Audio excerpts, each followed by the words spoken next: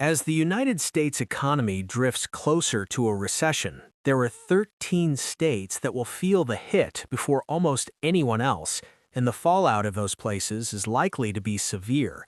If you own property in any of them, what we are about to walk through could be the difference between staying afloat and facing serious financial damage. Right now, even as real estate agents keep insisting that it is still a smart time to buy, the hard numbers tell another story. Fresh foreclosure data released just days ago shows that we are not approaching a problem, we are already inside one. Those figures make it clear that we are slipping into crisis territory in real time. Housing conditions in 13 states are already flashing unmistakable warning signs.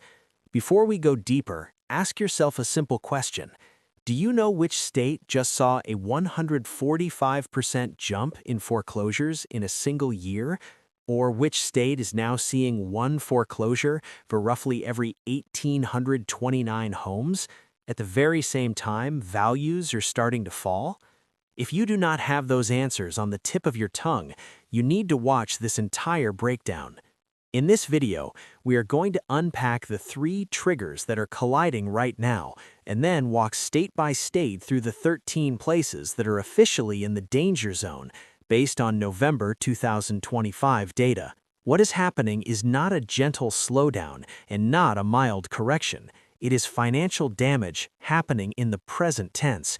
You will either understand it and prepare, or you will be caught off guard. In October alone, foreclosure filings hit 36,766 properties across the country, a jump of 20% compared to the same time last year. At the same time, home values are beginning to soften.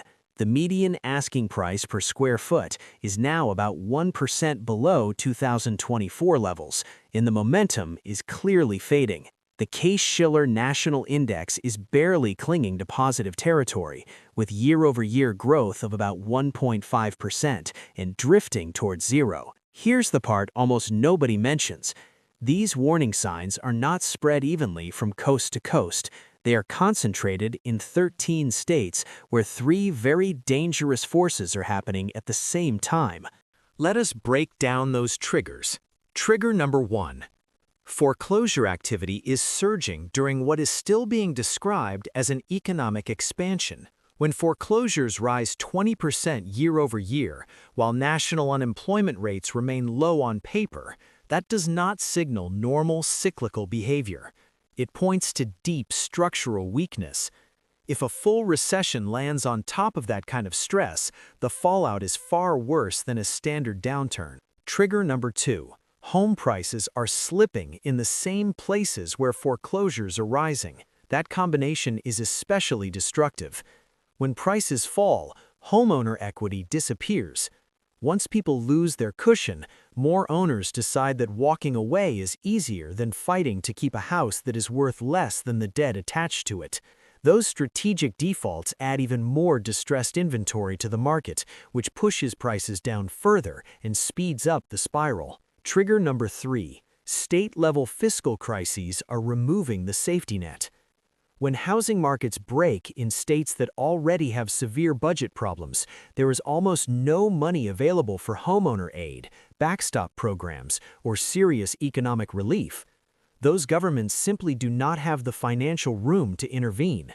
The crisis is left to burn on its own. Now that you understand how the mechanism works, let us look at where these 3 triggers are already in play. We start with the 5 states most at risk of a serious break. Number 1. Florida. Florida now sits at the top of the national foreclosure rankings. As of October 2025, the state is recording about 1 foreclosure for every 1,829 housing units, making it the most distressed housing market in the country by that measure. In that single month alone, there were 5,512 foreclosure filings. The danger is not just the volume, it is the fact that foreclosures are climbing while home values are starting to slip.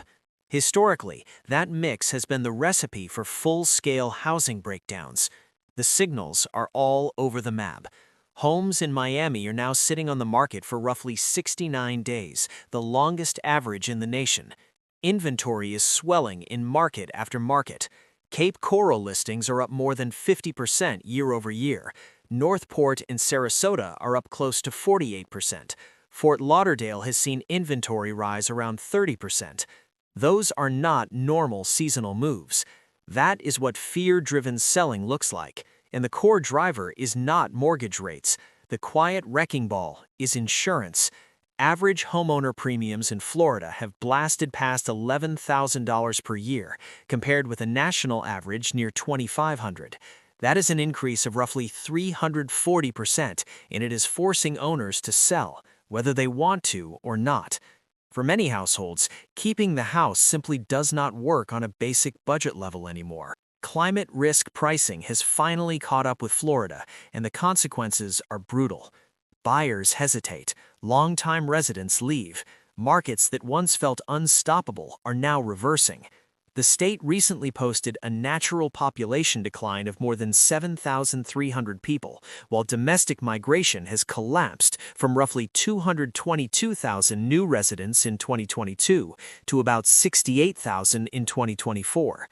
The entire growth story depended on inflows that are no longer there. At the same time, serious mortgage delinquencies are rising in areas where prices are already softening.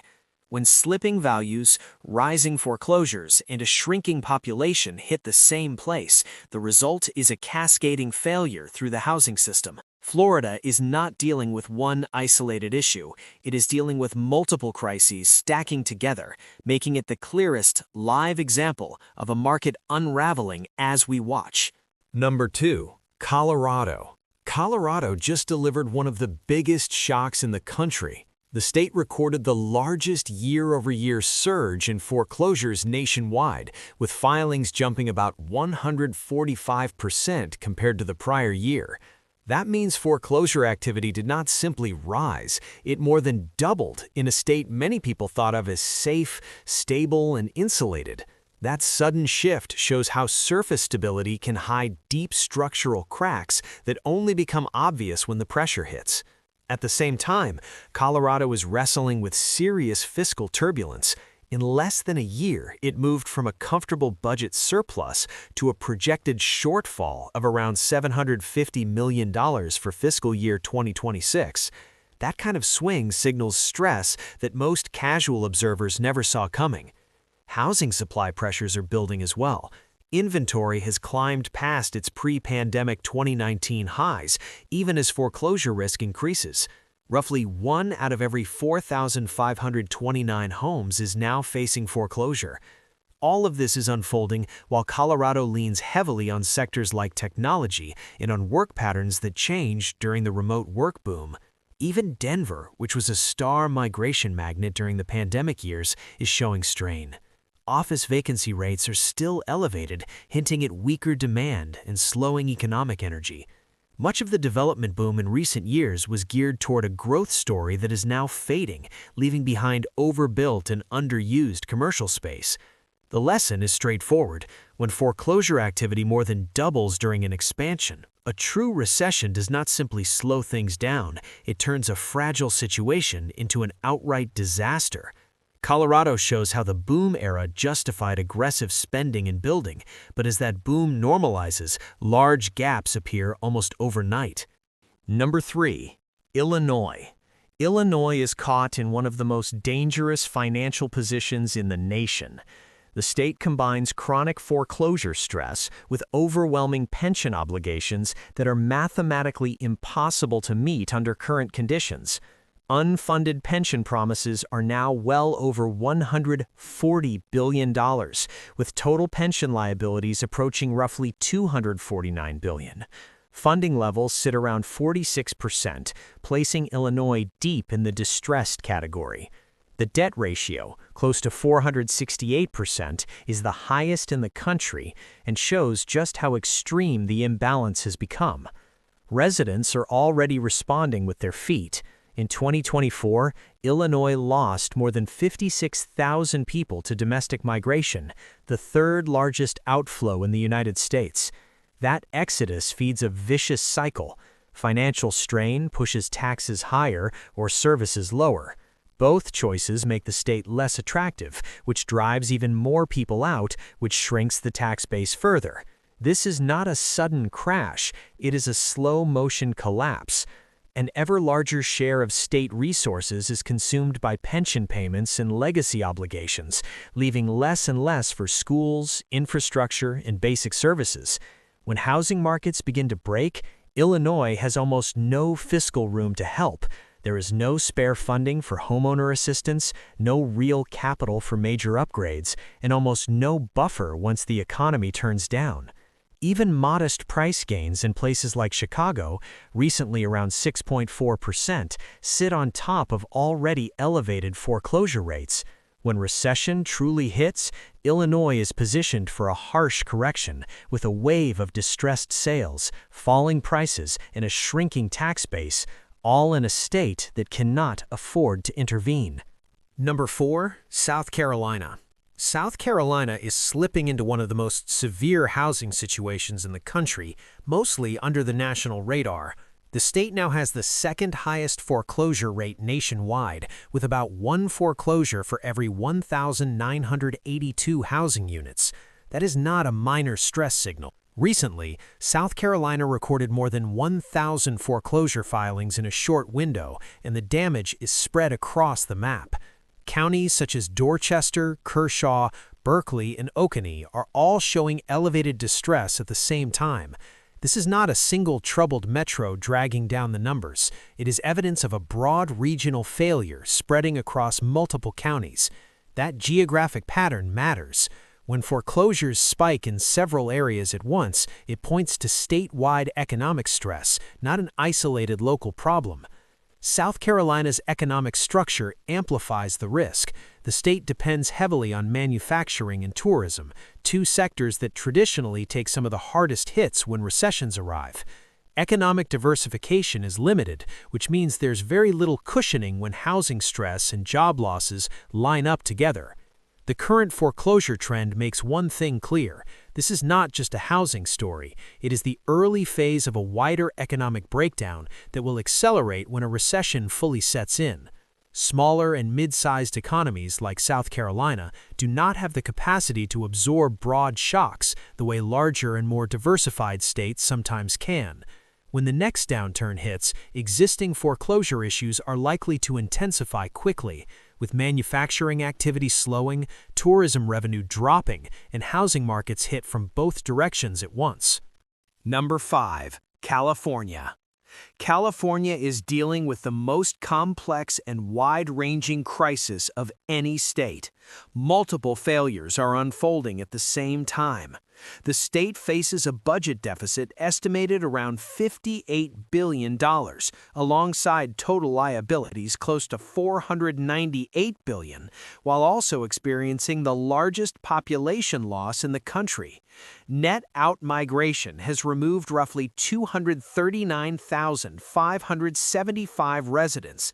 That erosion of the tax base is happening exactly when spending needs are peaking, creating a financial equation that simply does not balance. Housing supply has surged. Active listings have exploded, with several counties seeing inventory growth of 100% or more. San Bernardino County listings are up around 120%. Kings County has climbed about 130%. Ventura County has risen roughly 50%. Days on market are lengthening as well. The average time a listing sits has jumped from about 22 days to 31 days, an increase of more than 40%.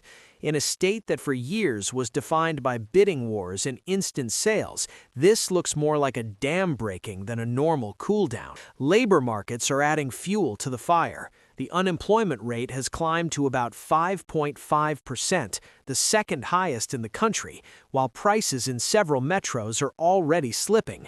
San Luis Obispo is down around 1.9%, and Sacramento has dropped about 1.8%, a sign that weakness is spreading beyond a few isolated pockets. The business exodus continues as well.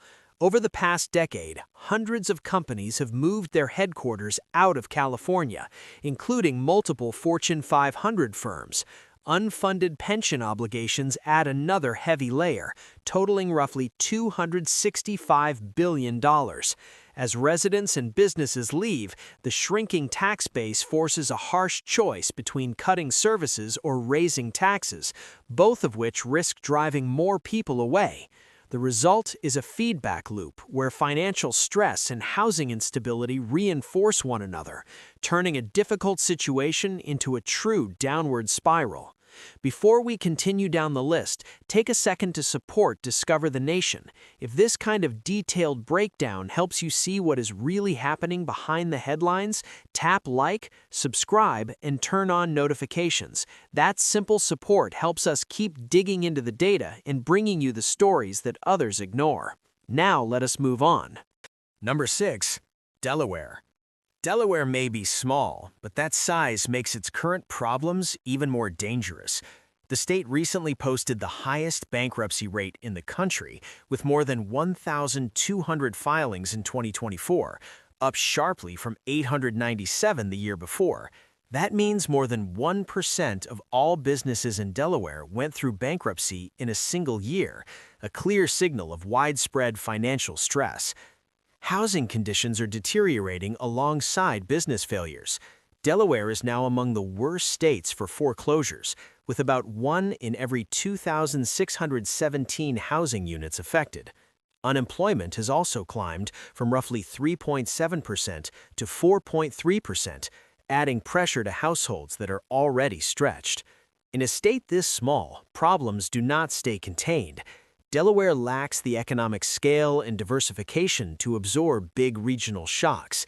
Any disruption hits harder and spreads faster. Its location next to other stressed states like Pennsylvania, Maryland, and New Jersey means trouble can easily spill across borders. When neighboring regions weaken, Delaware has very little buffer, leaving it highly exposed when a national recession takes hold. Number 7. Nevada. Nevada is sending clear distress signals as its tourism-based economy starts to crack. The state recently had the highest annual unemployment rate in the nation, around 5.6% in 2024, and joblessness is still elevated, near 5.3%. Those labor market pressures are already showing up in housing. In Reno, home prices are down roughly 3.6%, bringing the median value to a little over $612,000.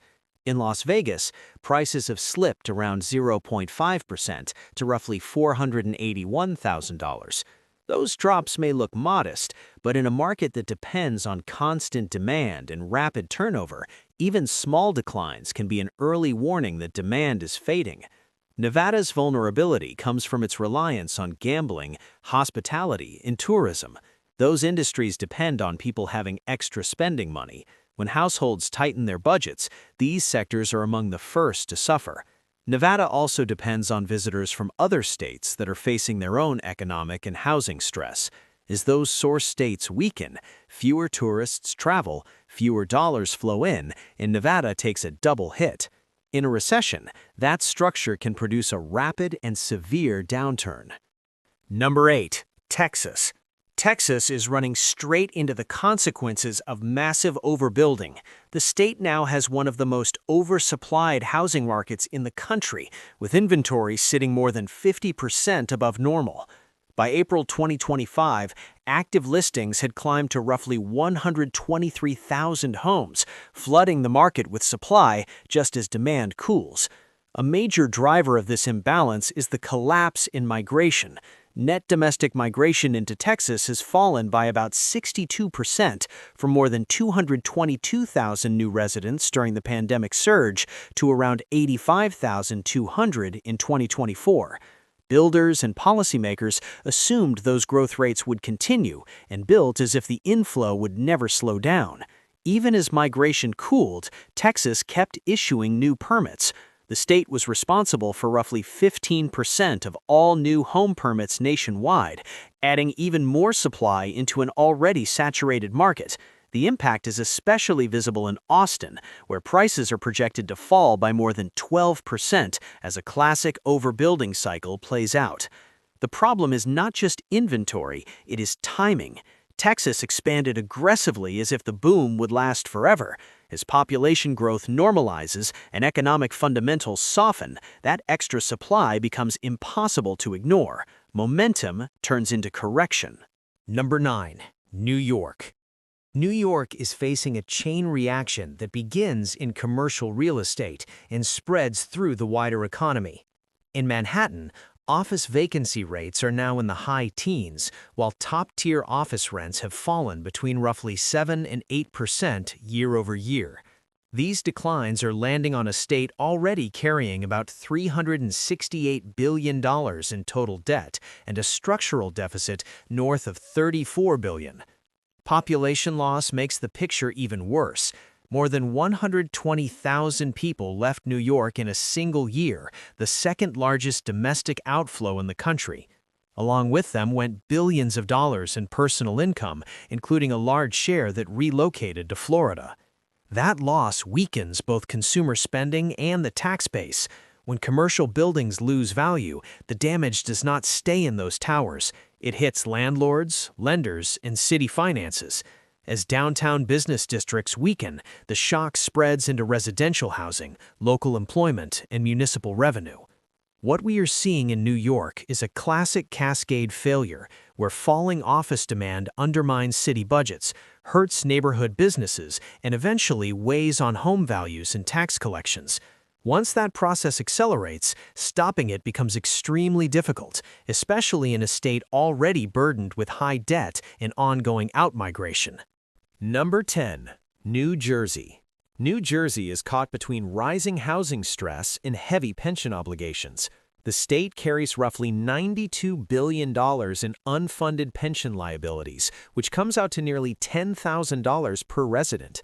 At the same time, it ranks near the top for foreclosure rates, even as home prices have recently risen around 8.1%. That combination is not healthy. It suggests that beneath the surface, many households are struggling in ways that price charts do not reveal. Unemployment has moved from about 4.6% to 5%, and residents already face the highest property taxes in the country. For many owners, rising taxes and living costs wipe out the benefit of paper gains in home values. Closing the pension gap would require either very large tax increases or serious cuts to promised benefits, both of which are politically explosive. When foreclosures rise, even as prices rise, it is a sign of deep financial strain. If the economy weakens, that fragile balance can break quickly, turning pension pressure and housing stress into a reinforcing crisis. Number 11. Connecticut. Connecticut is facing a long-term decline driven by debt, population loss, and an aging demographic profile. Total liabilities per resident are now more than $27,000, the highest per-person burden in the country, with unfunded pension obligations around $37 billion. Those numbers would be tough under ideal conditions, but Connecticut is also losing residents. Between 2020 and 2023, the state lost about 21,000 people, and the trend has not meaningfully reversed. The population is aging, fewer working-age residents are around to support a growing retiree base, and the basic math becomes harder every year. Economic stress is showing up in labor and credit markets. Unemployment has climbed from about 3.2% to 3.8%. Moody's has downgraded several utility providers in the state, a sign that credit concerns are reaching beyond government into the broader economy. Housing sits in the middle of this slow decline. High costs push younger families to look elsewhere, while older owners eventually put their homes on the market in an environment where demand is softening. The result is not a dramatic crash, but a slow-motion housing crisis, where weaker demographics gradually erode prices, liquidity, and stability. Number 12. Arizona. Arizona has crossed an important line where affordability has broken down. In 2024, the state closed a budget deficit of about $1.4 billion, but did so without leaving much financial cushion. At the same time, housing costs have risen so sharply that Arizona has shifted from relatively affordable to clearly unaffordable in just a few years. The slowdown is already visible. In Tucson, prices are down about 2.1%, bringing the median value to roughly $381,400. CoreLogic now assigns more than a 70% chance that prices there will continue to fall, which suggests that the correction is still in its early stages. Fiscal choices have left the state exposed. The flat income tax measure adopted in 2021 reduced ongoing revenue just as spending pressures were rising. That trade may have seemed reasonable in stronger times, but it now means Arizona has very little fiscal room to respond if a recession strikes. With affordability shot, prices softening, and budget flexibility exhausted, the state enters the next downturn with very few tools to protect homeowners or stabilize housing. Number 13. Oregon. Oregon is flashing one of the most alarming signals in the country. During what is still officially labeled an expansion, the state recorded the sharpest unemployment increase nationwide, with joblessness rising nearly 1 full percentage point to around 5%. A move like that should not happen in a healthy environment. It suggests deeper structural weaknesses forming underneath. The tax system makes things worse. Oregon relies heavily on revenue from high-income earners, which means state finances are extremely sensitive to swings in the stock market, bonuses, and other volatile income sources. As unemployment rises and incomes become less stable, tax revenue becomes unpredictable at the very moment the state would need steady funding. Across the Pacific Northwest, multiple pressures are converging. The tech sector is adjusting. Remote work has reduced the economic benefit of dense downtown cores. Commercial real estate stress in Portland continues to build. Each factor alone might be manageable. Together, they create a fragile system that is likely to crack when a full recession arrives. Housing valuations add another layer of risk. Recent data shows that roughly 3/4 of the top 100 housing markets in the country remain overvalued. When inflated prices run into rising foreclosures and softening demand, the outcome is rarely a gentle adjustment. In Oregon, foreclosure activity is already up about 20% year over year during expansion, while price growth is sliding towards zero and beyond. If you live in any of these 13 high-risk states, there are 3 things you should be watching right now. First, track foreclosure filings in your county. Rising foreclosures during economic expansion are one of the strongest indicators of recession vulnerability. Second, watch inventory levels month by month. When listings jump while sales stall, you are looking at the early ingredients for sharp price declines. Third, understand your state's fiscal health. Governments without financial flexibility cannot step in when housing markets break. Some states face overlapping dangers. California and New York are wrestling with both immediate housing stress and deep fiscal problems. Florida and Texas are dealing with the hangover from boom conditions and overbuilding. Illinois, New Jersey, and Connecticut are stuck in long-running crises that worsen no matter what the overall cycle is doing. Colorado stands out as the surprise, where a 145% surge in foreclosures shows how quickly apparent stability can evaporate. The November 2025 data is not warning about a distant future. It is documenting what is already in motion. Foreclosures are accelerating, price growth is breaking down, inventory is piling up, sales are struggling to keep up. These 13 states show the most dangerous combinations of all. Rising foreclosures paired with falling or flattening prices, fiscal stress that blocks intervention, and economic structures that are highly exposed when recession hits. Pay attention to the numbers we have shared. Follow your local market data. Know the real financial position of your state. The housing crisis is not a theory. It is already here, and it is moving fastest in these vulnerable places. What are you seeing where you live? Are there more for sale signs that do not come down? Are more friends talking about moving away? Do local stores feel quieter than they did a year ago? Drop your state in the comments and tell us if this data matches what you are seeing on the ground.